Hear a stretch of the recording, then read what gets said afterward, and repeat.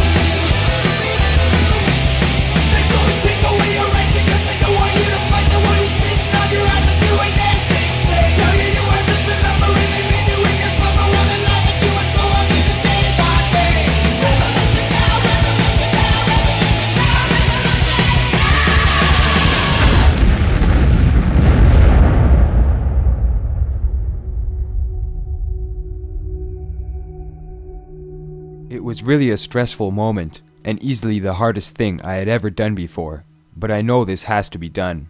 I feel it within my heart, and there is nothing in this world that can stop me. I told my family I love them, and that they will give me strength on the way, and my wife told me she believes in me. After I gave her a hug and walked away, I could not hold back the tears, and I did not look back. I am really going to miss my family, but I believe what I am doing is for the common good of all of humanity, and not just my family alone. It was almost 10 p.m. when I left, and I walked down the Trans-Canada Highway, making it to Coniston around midnight. There is no turning back now. Well, there it is. No turning back now. Civilization and the highway. No turning back now. Just making it on the outskirts of Sudbury now. Alone. Truly alone. For the first time in what seemed like an eternity. And it felt as though I were jumping right into the fire. When a person is confronted with fire, they have 3 decisions they can make. The first decision, and obviously the least chosen path, is to allow the scorching flames to devour your body until you are reduced to ashes. The second choice, and most often decided, is to get out of harm's way to avoid getting burned. For this particular fire, I was choosing the third path, and therefore I was standing my ground, attempting to battle the flames to extinguish the danger. As I continued walking down the Trans-Canada Highway, it did not take long for the burdens and discomforts of the journey to overwhelm my highly emotional state. I had just left my family, my friends, and my life behind me on the highway, and by the time I made it to Coniston, the weight of my backpack was starting to take its toll. Well, walking down the highway here. I made it to Coniston. Didn't take too long, actually. Considering the weight of the bag that I'm carrying, probably weighs about 50 or 60 pounds. And I could feel the blood in my arms getting cut off. Lack of circulation because the straps of the bag are pretty tight. I'm gonna have to shed some weight on the backpack eventually. And eventually, with all hopes, I'll find another backpack along the way, like a hitchhiker bag or an outdoor bag, because this one here is just a sports bag. I picked it up right cheap, not cheap enough for a backpack anyways. Nothing's cheap these days, as we all know. But yeah, I'm definitely gonna have to figure something out about the backpack, because I can't walk across Eastern Canada with a backpack that's cutting circulation off from my arms. But yeah, here's Coniston. I actually I lived here for a while back in 2000, 2001. So here it is, the business center of Coniston, Coniston Mall. We've got the beer store, drug store right beside it. We got the Value Mart. We got a bank and an LCBO.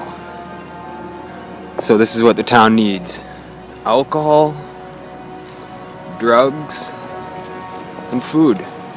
Oh yeah, and we can't forget about money, because everybody needs money, right? My grandfather died when I lived here, and it's actually also when the World Trade Centers went down, and that was probably the moment that I really started thinking about stuff and looking at the bigger picture. I mean, I wasn't totally clued in at that point, but the event definitely shocked me, and I wasn't sure what to believe back then. It was a long time ago. There we go, got some better lighting. I'm gonna take a break here in Coniston because that was a nice little 15k hike. About 15k, I don't know, I didn't count, but it was a long walk. And yeah, I'm gonna need to let my arms breathe a bit because, oh yeah, there we go. You can feel the blood in my arms again. Oh, but yeah, as I was saying, I lived here when the World Trade Center went down, and where I was working, this is a small little town. There's nothing here really. It's really hard to get a job here because there is such little, there's very little business around here. So I was working at a small call center at the time, and when the World Trade Center went down, I got sent home from work. There was a note on the door saying that there was no work because the financial market was down, and we weren't about to call people in America on a day like that.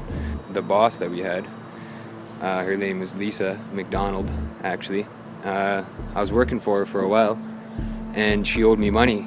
She owed a lot of people money there. She didn't pay me our checks, and she kept saying, yeah, your check's gonna come, don't worry about it. And I was living on my own at the time. I didn't have any roommates, or I didn't live with anybody, no family. So I needed that money to get by, to pay my rent. She kept telling us to go back to work all the time. She kept saying, yeah, don't worry, your check's coming in the next 2 weeks. And then when it didn't come, she'd say, oh, there's been an error, just come back to work and I'll get it sorted out. So I worked, and a lot of other people in the business actually worked about 4 weeks extra with no pay.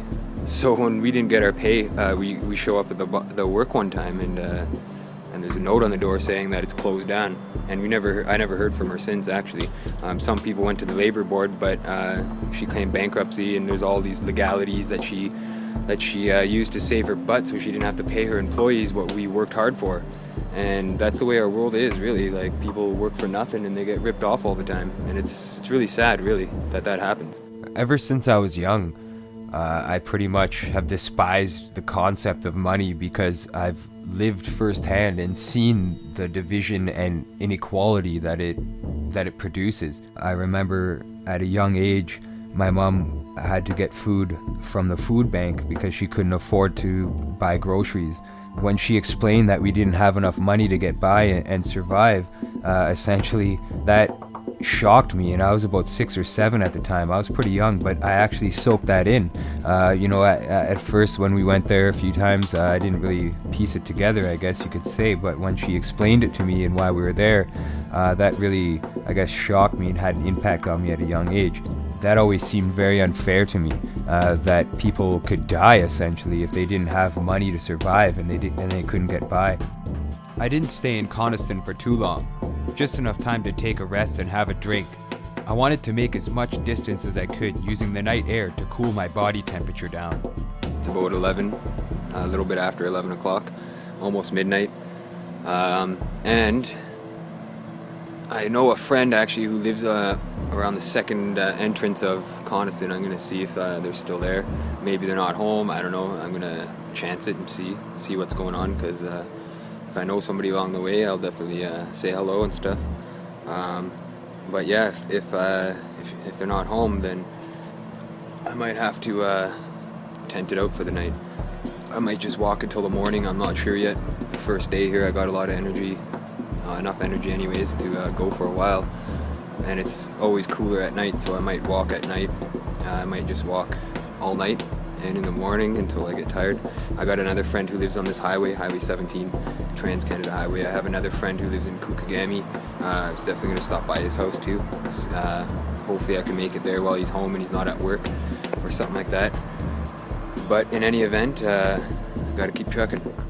Because I had just started on the journey, I was making really good distance and timing, walking as quickly as I could in the dark to try and make it to the next town over, Wanapate, which was about 5 kilometers away. Because of my computer being hacked and the overwhelming stress in the previous days leading up to my departure, I had not slept for a couple of days.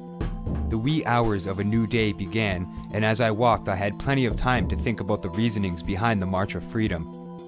These consuming, in-depth thoughts passed the time rather quickly, and before long I had arrived in Wanapate. I've made it to Wanapate. Didn't take too long from Coniston to get here. I'm at a Subway, which seems to be open 24 hours. This wasn't here when I lived around here, but it's cool that they got a 24-hour. But they don't have Wi-Fi. What's wrong with you, Subway? You make so much money off everyone, you can't offer them free internet service when they come and have a snack for $10? $10 sandwich? Come on. What's wrong with this picture? I just want to find a Wi-Fi connection so I could let people know where I'm at along the way, and post on my Facebook page and on the event page just to keep people up to date. It would be nice to get a Wi-Fi connection here, but sadly that's not the case. Way to go, Subway. Oh yeah, and look at the price of petrol. $1.39.5. Might be backwards for you guys because I got the camera reversed, but it's $1.39.5. That's the price of petrol. I'm glad I'm walking. What we're seeing now is, with the economy and just the cost of living is absurd. The inflation rates are just through the roof.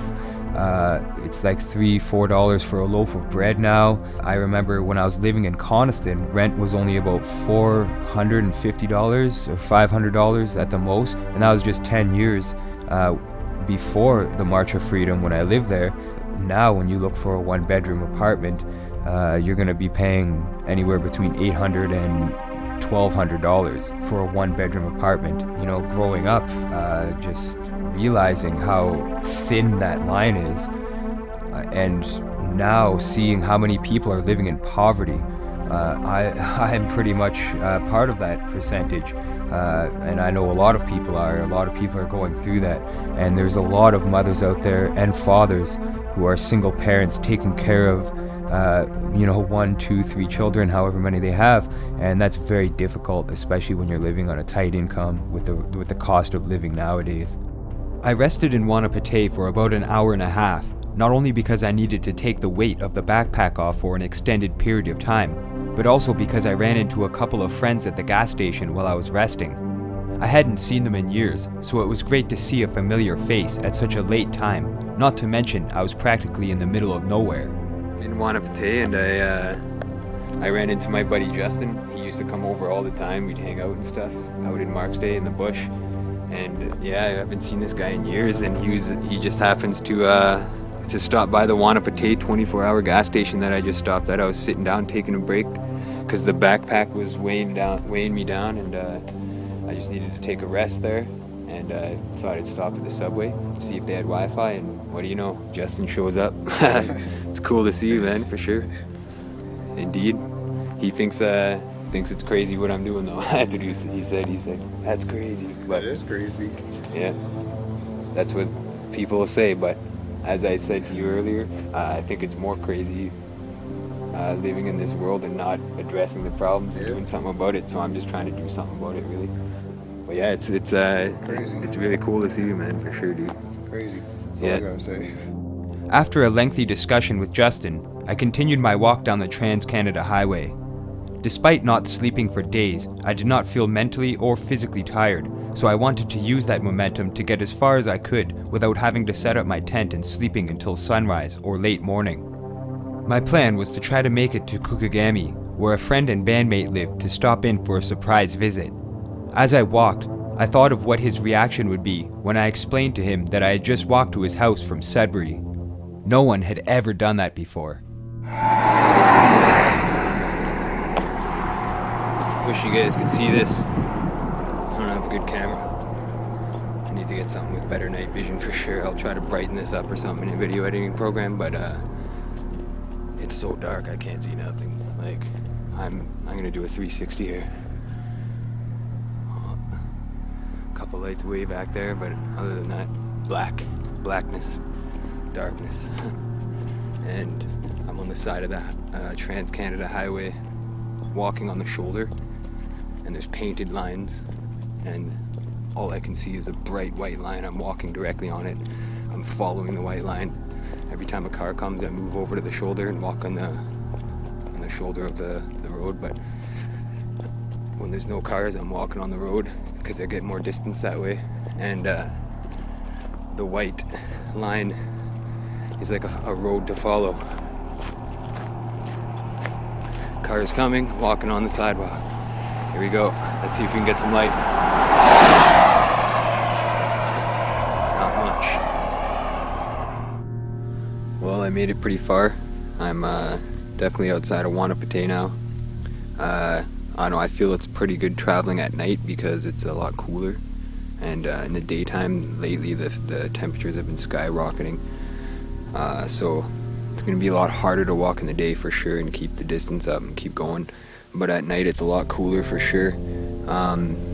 You just got to watch out for a lot of things like bears and animals and such, because they like to cross the highway because it's less busy at night and there's less lights.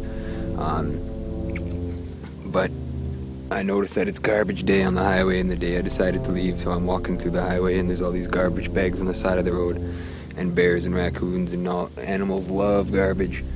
So that's one thing I'm watching out for. Is I've already heard some rustling in the bush a few times on my journey, but it's worth it. I'm not going to give up for nothing. Nothing can scare me. I believe that I'm at the mercy of nature, and I believe that nature has always protected me and it always will. So it's pretty cool that to be out here in the bush and just to be out in the alone walking down the highway at night, and there's no street lights where I am. It's like I'm gonna turn the camera. I'm sorry about the bad lighting on the video camera, but I don't have expensive equipment. I'm just using my iPhone, and it doesn't have night vision on it or anything for darkness. This is the best I can get. It is under a street light. I found one here, so I'm gonna show you around. As you can see, there's some mailboxes across the road. I'm in a little driveway that goes up a little side road off the highway. But yeah, there's a mailbox and there's a house off in the distance. You can barely see the lights, but other than that, it's pure darkness all up and down the highway. Like, you can see the light from where I am, but like, take a look around. Pure darkness. Up there's a couple lights. That's towards North Bay. That's towards Sudbury, where that car is coming from. And yeah, this is going to be one crazy journey. It already has been, and I'm imagining it's just going to get more awesome, more intense. So, I got to keep trucking. And it did get intense. As I was walking down the highway, I heard a car approaching from behind, so I moved onto the shoulder of the road. As the car got closer, I heard tires crunching the gravel behind me and had to veer sharply, almost going into the ditch. The car had went slightly off the road, and if I hadn't moved, I'm certain that I would have got hit. I wasn't sure if it was intentional, or perhaps he was drunk, or seeing someone walking on the highway may have startled the driver, but it was surely a close call. Because I had to turn sharply off the shoulder, and due to the lack of streetlights, I could not record the car as it continued up the highway, but it definitely startled me and sharpened my alertness instantaneously. The most important factor on the March of Freedom was definitely safety first. I really wanted to make it home back to my family safe and sound in one piece, not harmed or anything like that. So I always took into consideration safety first. I definitely saw in my mind that I would make it back home to my family, which really helped me along the way as I thought about them and just had them in my thoughts. That was very important overall. So yeah, I arrived in Stinson. There's a bit of light here off the highway. I actually know a few people in Stinson, but it's pretty late. It's 3:30 in the morning actually, so I don't really want to stop by and say hello. I want to wake them up in case they're working or something like that. But I'm in Stinson, and I left my house at about 9:30 or so, and I got dropped off at a bit after that, and I started walking at 10 o'clock, and it's 3:30 in the morning right now, so I've been walking for 5.5 hours, and I'm in Stinson right now. I'm gonna keep going, but I wanted to wanted to show you guys something that's really inspiring that I found here in Stinson, and it just gave me a little bit of energy for sure. But on this mailbox here, and I'm not even joking, I showed up here and I found this little toad. Oh, it's a frog actually. Little frog sitting on the mailbox. I stopped under the light. I took a drink. I see this little tiny frog on the mailbox. You can see him sitting there. Now how did the little frog get up there? He's just a little baby. If the frog can make it up onto that mailbox, then I can walk across Canada.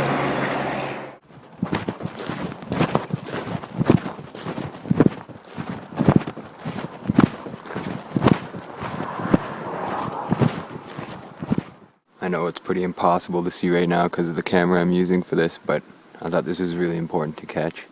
Like, we're still using electricity to power our homes, and I'm in the middle of nowhere right now. Actually, I'm right outside of Kookagami. I'm just entering Kookagami. Can you hear that?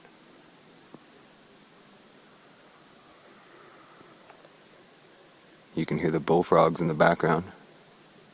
All the frogs.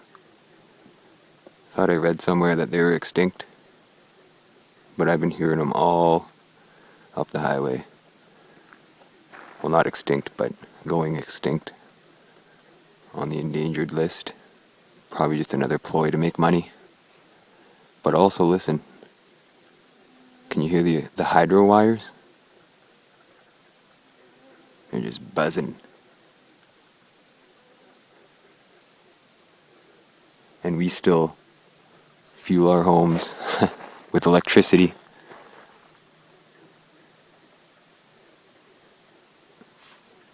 When we could be using much more efficient technology. The constant buzz of electricity was a sign that I had arrived in Kookagami, which meant that I could finally take a rest, get off of my feet for a bit, and take the weight of the backpack off of my back. I had been walking all night, and I knew the sun would be rising in a couple of hours, so I was glad to be at a place that I was familiar with and could take a longer rest to re-energize. By the time I arrived in Kookagami, my feet felt like they were on fire. The weight of the backpack with all of my supplies, food, and equipment was weighing me down with every step that I took. It felt like I weighed a ton, and by that time I had a slight limp due to the strain and the pain. This was definitely going to be one long, hard trek across Eastern Canada, and this was only the first night of the journey. So it's 4:30 in the morning, and I arrived in Kookagami, and I'm at my buddy Justin's house. He's the guitarist in the first band that I toured with called Fleshcraft, and he doesn't even know I'm here. I didn't tell him I was coming here or anything like that, but I want to surprise him. It's 4:30 in the morning, so I don't know if I wake him up. He might get a little angry and answer the door with a shotgun. I don't know really, but in any event, I'll see you soon, Justin. Since it was still quite early in the morning, and I knew Justin would still be asleep, I decided to set up my tent in his front yard and try to get a couple of hours sleep before knocking on his door. The sun was starting to come up by the time I got the tent set up, and I got eaten alive by mosquitoes in the process. I also discovered that there was absolutely no way that I was getting any sleep, yet again. Well, first night out in the tent, first night walking, what a night that was. It was definitely interesting to be alone with nature in the middle of the night, with nothing around except the sound of nightlife, nature's nightlife, and I don't know, it was definitely a long walk from Sudbury to Kookagami for sure. I left at 10, got here at 4:30 in the morning. So, and I did take a few breaks, as you know, from the videos that I took, and I met Justin Kasonge and my buddy Jason there, the Fuchi. We met them at Wanapate. They stopped in and get gas because there's a 24-hour place there. Feels good to get off my feet and rest finally. Except I can't really sleep. There's so much going on in my head and so much to think about and so much plans that I have that I want to do on this journey. So it's a good time to be alone and to think about what's going on and the reasons why I'm doing this. Because many people may not understand why, but I do, and I'm sure millions of others do too. So it's time to wake up, people, for sure. This is where I'm sleeping. This is my tent. It's a small kid's tent, actually. It was the smallest one I could find, and it fit me. I did the dimensions, I checked it out, and I fit perfect, like toe to toe, end to end. I don't know if I'm gonna lay down, my toes are gonna touch the other end of the tent there. But yeah, see, here we go. So there's not too much room. Not too much room there. But it's perfect. Keeps the mosquitoes out, and super comfortable. Running low on fluids, but I'm tenting in my buddy Justin's front yard right now. Actually, he's still sleeping, but I'm gonna wake him up really soon. So I'll get a video of his reaction. Still some mosquitoes in here, sucking my blood.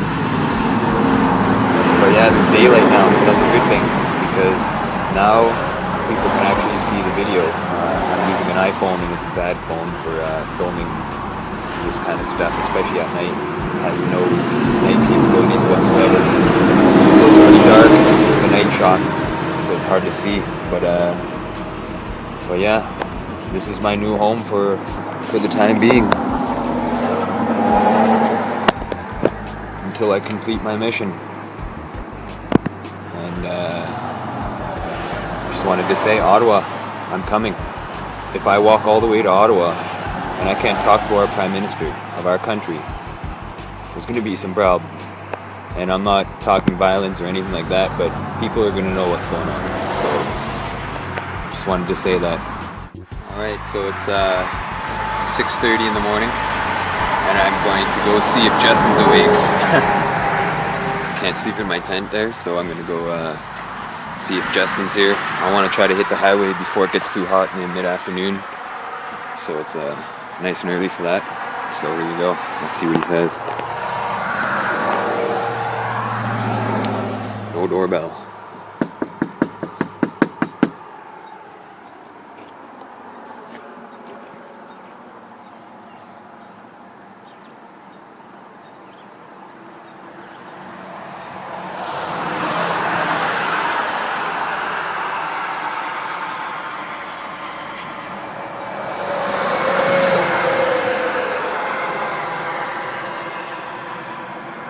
Oh, gotta knock again.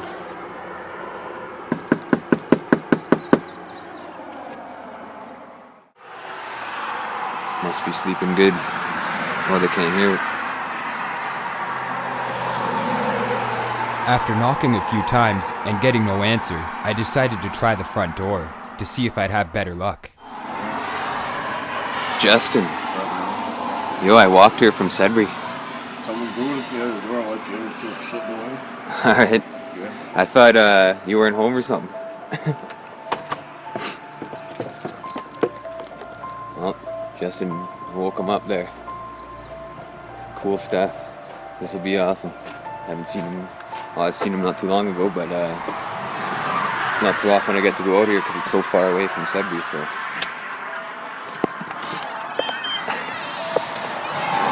Dude, sorry for waking you up.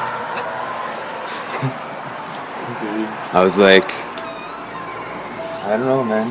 Is 6:30 too early? Justin was up just a few hours prior, so he was obviously pretty tired, but he put on a pot of coffee, and it wasn't long until we began discussing free energy, transhumanism, and obviously, the March of Freedom. Yeah, just pretty stressed out, or? Yeah, Shen's, yeah. She's stressed out. Yes, sir. Just watching the dog, No, I'm lucky I have Shannon, you know what I mean? I'm lucky that I have her, because if it wasn't for her, I'd be in a big mess, for sure. Was she supporting you through all this stuff, or is she pretty livid about it? Well, that's the thing. No, she totally understands why I'm doing it, and she does support it, but she's concerned about the kids and all that. Yeah, but at a time when now she needs to find a job, it must be... Yeah. And that's why I did what I did, because there's a lot of families going through this, you know what I mean? I watch documentaries, I watch the news, and I see kids starving to death. Parents have 2 children and they die because they don't eat. They have no money whatsoever, you know what I mean? We're not that bad. Like, she has family that are gonna help. That's a great thing, you know what I mean? Her family's gonna help. We have friends too back home that are gonna help. Like, that's a major help for sure. So that's why I was comfortable with it. I mean, if we're alone and we didn't have any family around or friends or anything like that, then I wouldn't have done it. But I know that, like I was saying earlier, you know what I mean? People do have love in their hearts, man. People do care about other people. Oh, the kids pretty, Oh, they're doing good. they know what's going on, they really know what's going on. Well, we didn't tell them. Shannon didn't want to tell the kids, actually. She wanted to keep it from them and tell them that I was going on a music tour. And she did tell them that I'm going on tour, and I told them that. I told them I'm going on tour, but it's a different kind of tour, that's what they said. So they're young, you know what I mean? But they know about the government, you know what I mean? They know about it. It's sorts of stuff, man. It's crazy what they know. When I'm sleeping, he takes my coins. The coins, he gets to go in my dungeon. The government takes your coins. And he goes in my dungeon.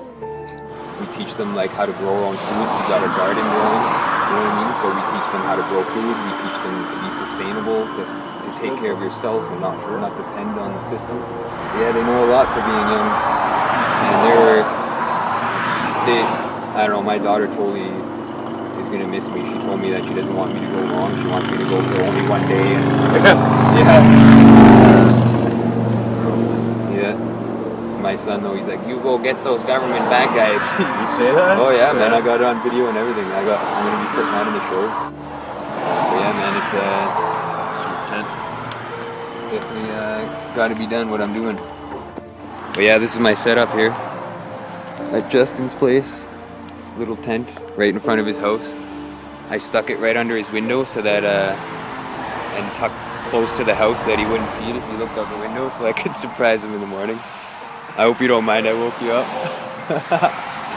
I don't know yet, man. I was like, I don't know. If I didn't wake you up, I think you'd be like upset that I didn't stop and say hi. You know? I guess if I saw the video that you were like camping out in my yard and then you were gone, I'd be like, hey man. Yeah. You stole my Wi-Fi. Wi-Fi. Knock on my window.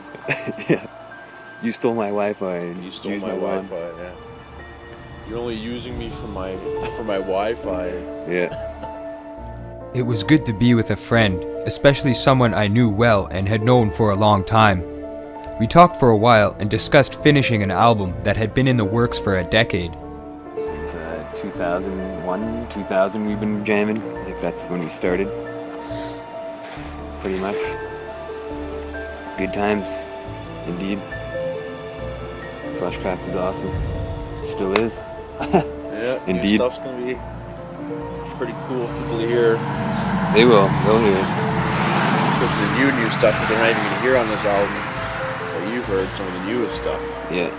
It's pretty good. It's a lot Definitely. different. Well, not a lot different, but it's just, I think it'll be a lot different vocally and Yeah, man. It will be good. I didn't stay at Justin's too long, and by around 8:30 I left to continue the journey, so I could utilize as much of the cool morning air as possible. The afternoons were seeing temperatures in the high 30s and 40s, and I did not want to get heat stroke walking on the shoulder of the Trans-Canada Highway. Right on, man. yeah, well, Good seeing you though. Good luck to you. Thanks for everything. I'll keep updated there. Yeah, man. Thanks for the banana. Growing in Kookagami. Yeah, Kookagami grown wild banana.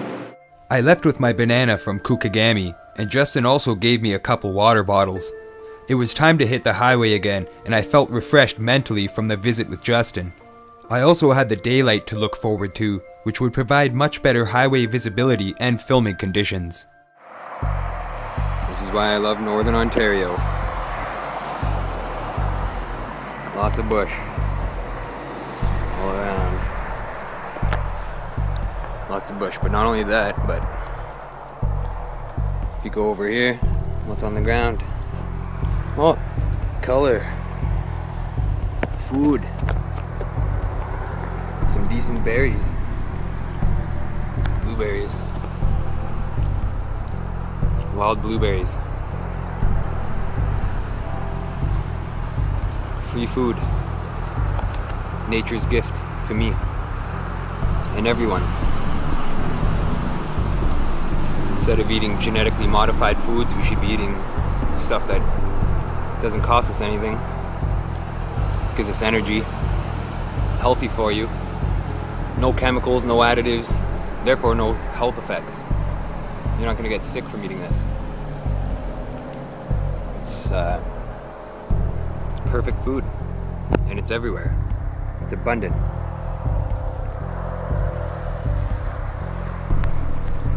It's awesome.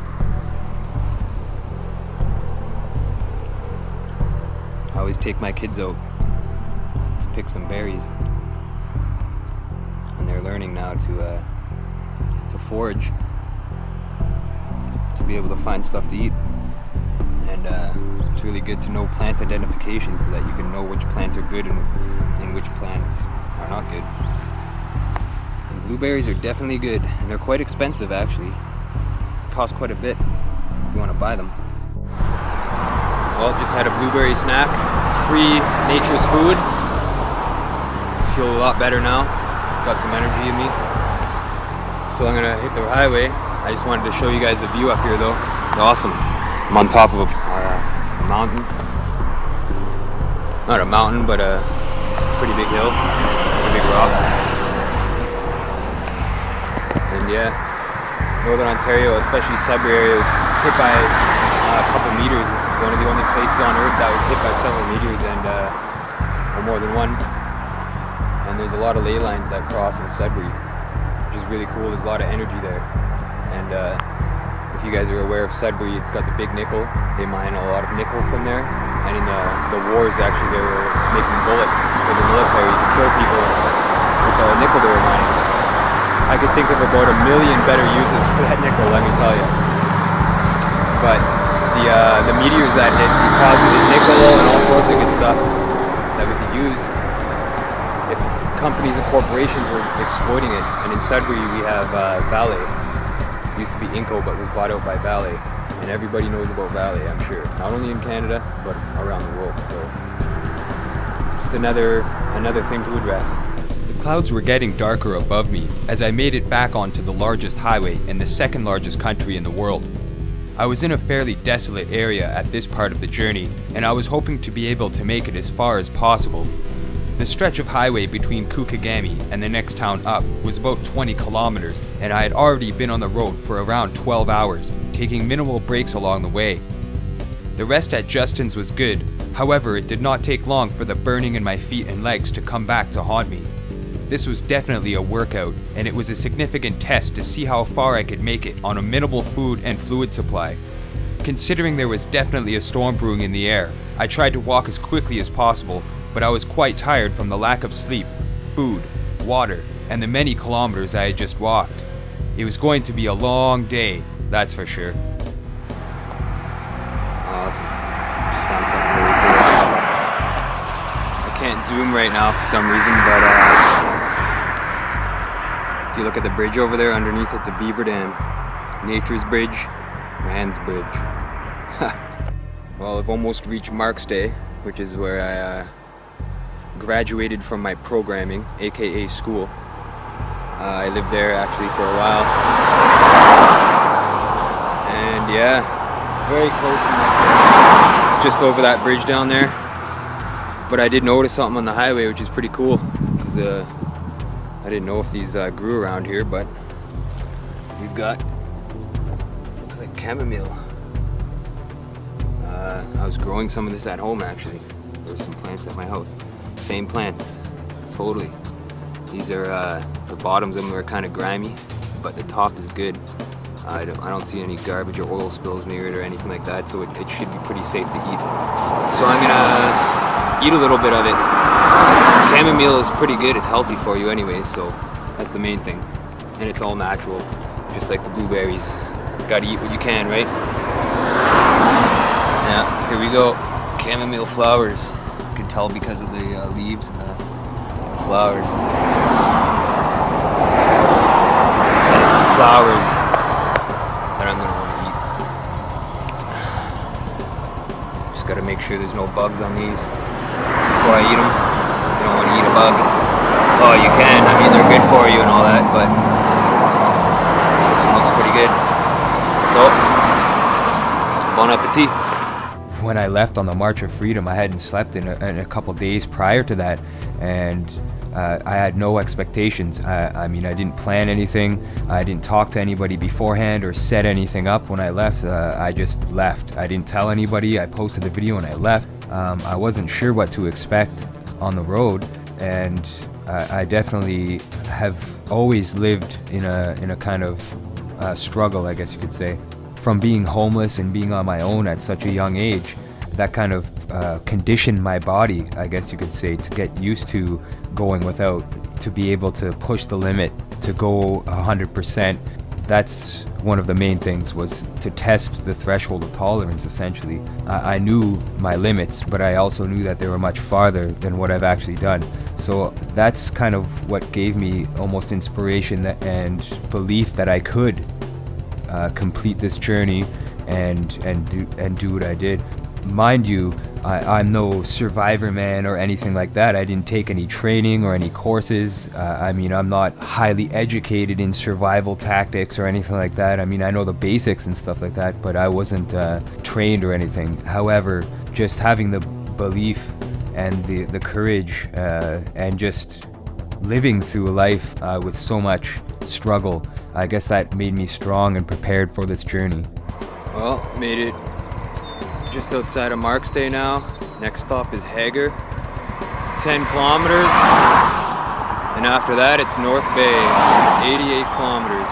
We're gonna try to stop by the Sturgeon Falls on the way. That's in between Hagar and North Bay. That might be where I rest, because this is it's 11:11 right now. And I left last night at 10, and actually the night before I slept only a couple hours. In the last 4 days I've slept 5 hours, and I walked from Sudbury here, and I'm definitely getting pretty tired out for sure. My legs are sore. I can already feel blisters on my feet, but the blisters are going to turn to callus, and they'll turn to stone after that. I got strength for sure. I know people are giving me good energies all around the world. I've already got lots of messages from people. Lots of messages showing support, which is awesome. That's what this is going to take for sure. It's, definitely a lot of support and a lot of unity. We got to work together on this, right? That's what I'm going for. So yeah, there's Hagar, North Bay. This is where I used to live. Back in, I moved here in 1997, and I lived here for 3 years, till 2000. I lived here with my ex-girlfriend and her mother, Teresa, and her brother, Johnny. And the reason why I moved here up to Northern Ontario is because I was homeless in Kitchener for a while. And I had nowhere to go, no money, no family to help me out, nothing. And she said that her older brother moved out, and that there was a room in the trailer that I could move in if I wanted to. When she offered me a room, I was like, yeah, I'm gonna take that for sure. And then I got back in school after the summer was done, and that's how I ended up in Northern Ontario. So yeah, I'm across the road from the trailer park I used to live in. Have to take a break though for a little bit. My feet are getting pretty sore from walking for so long. Usually when I take a stop, I take a drink and let my feet rest for a couple minutes, but I think I'm gonna have to take a longer break on this one. My feet are getting pretty sore. Before leaving on the March of Freedom, I didn't have a lot of money to buy any equipment or to buy good boots, so I left with the shoes that I had. I just left with whatever I could scrounge up at home to save some money, and then I left. So I definitely wasn't exactly prepared, I guess you could say, for a long journey, but at the same time I knew I could survive with what I did have. When I got to Mark's Day, I definitely had to rest the feet because they were really starting to get sore. The backpack was weighing me down, carrying all those supplies for as far as I walked, and walking 10 kilometers felt like I walked about 50 kilometers. Just getting that last 10 kilometers from Mark's Day to Hagar definitely felt like I walked about 30 kilometers. I slowed down a lot. I was definitely starting to slow down. I barely had any water left. I had to start conserving the water as I was walking, and my body was sweating lots because of carrying the bag, and I was losing lots of body water. So I had to keep hydrated and keep drinking water. But when you're running low and there's no store in sight for miles, it's definitely a tough time, you know, and I was definitely feeling it at that point. I think there's about 8 kilometers maybe to Hagar, so it's not too bad. It's just over that hill and down a hill and then around a bend by the Vev River. There's actually a little camping spot down there where you can tent out overnight, but it's I don't even think it's noon right now, so I won't be staying there, but it's cool that they have those set up along the road where you can camp out. You know, it doesn't cost you anything. A lot of campgrounds charge money, but really you could just camp out on Crown land. The Crown land is exactly what it is. It's Crown land. It's land that was taken by the Crown from the native peoples in Canada anyways. It was taken by the Crown, and they still call it Crown land. And I believe squatters' rights are you're allowed to stay on Crown land for 30 days, and then you have to get off it. They'll evict you or arrest you if you don't leave, and then you have to wait another 30 days before you're allowed back on Crown land, and then you have another 30 days. At least that's what I was told by somebody who was doing that for a little while. And it's pretty crazy that it's still called Crown land. I think it should be called native land. Last night in Montreal, there was a small but noisy protest by people who believe the British royal family should not have a special position in Canada. It was a counterpoint, but not an interruption. The Queen's on the Canadian bills. The Queen's on our coins, on the back of every coin. And people in Canada still think that we're not ruled by a monarchy or a royalty. Royalties goes back for centuries. Look it up. Look it up with bloodlines and all that stuff. It goes back for a long time. And even in the year 2013, we're still calling it Crown land, and it just doesn't make sense to me, really. And all around Canada right now, you see the native peoples protesting the fracking and protesting the gluttony of resources by the government, by corporations, and by the Crown. You got people that are right rude about this. They're like, oh yeah, well, that's in the past. You know what I mean? You gotta let it go. No, you don't. You gotta address the problems and you gotta fix them. Because if you don't fix them, they're just gonna get worse. And that's the problem, for sure. Nobody's fixing the problems. They just let it go. It's like we live our lives each day, and apathy runs through most of our veins. I've tried to get it out of me, and I think I have done a successful job. But the truth is, a lot of people are technically what you would call insane.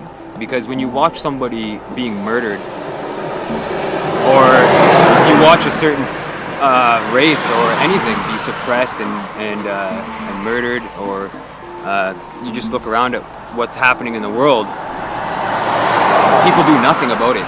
They just go about their days not concerned about what's going on. And when they do address the problems, they address the effects. And therefore the cause is still there. And we gotta stop dealing with the effects of the problems, and we gotta start dealing with the causes of the problems.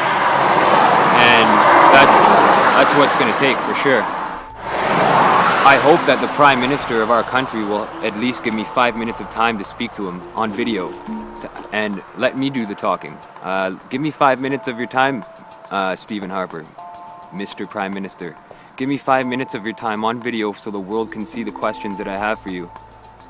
And if your answers are going to be long and take up the 5 minutes of time, then just let me do the talking and let me address your issues, and then you can have as long as you want to answer the questions that I have for you and to address the issues that I explained to you.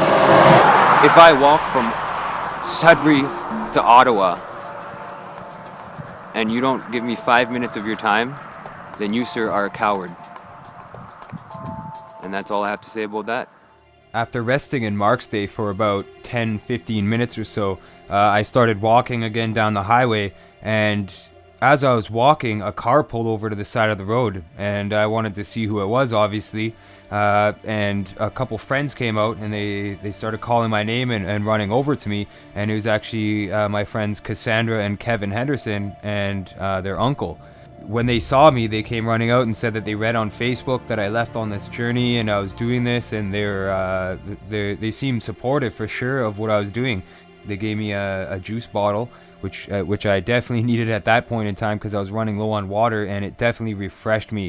It had electrolytes in it and stuff like that, so it really did help. And they also gave me some sausages, like some pepperettes, and their uncle gave me $5 as well. He was on a pension check, but he still gave me $5. He said it's all he could do, but he said I was doing a noble thing and he wanted to help out. So that was really awesome to see them on the highway. It definitely gave me a boost of energy to try to help me get to Hagar.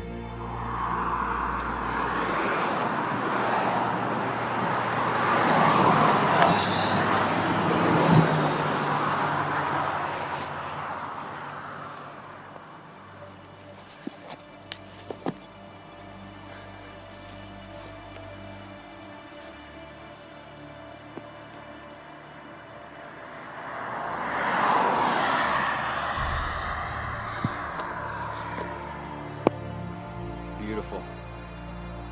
Beautiful view.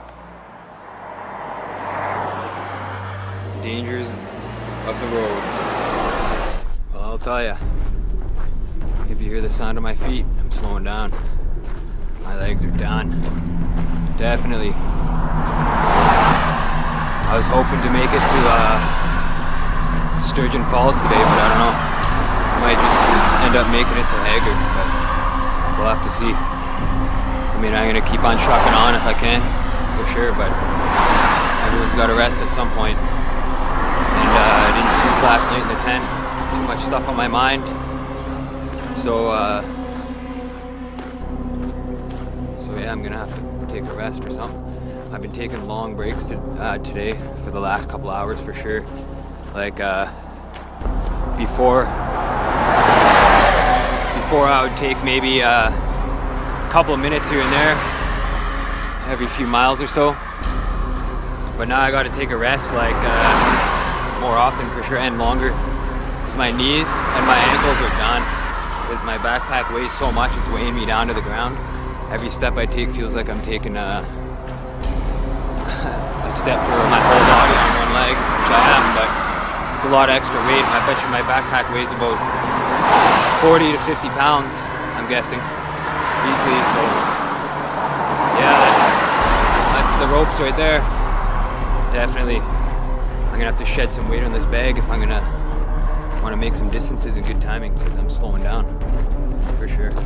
Time to rest. Also, I got a bit less than a liter of water left. I don't know if you can see that, but I'm definitely running low. So I got to hit Hagar and fuel up at the store. Get some liquids in me. And Hagar is still quite a ways to go. A couple kilometers maybe. I'll keep you up to date.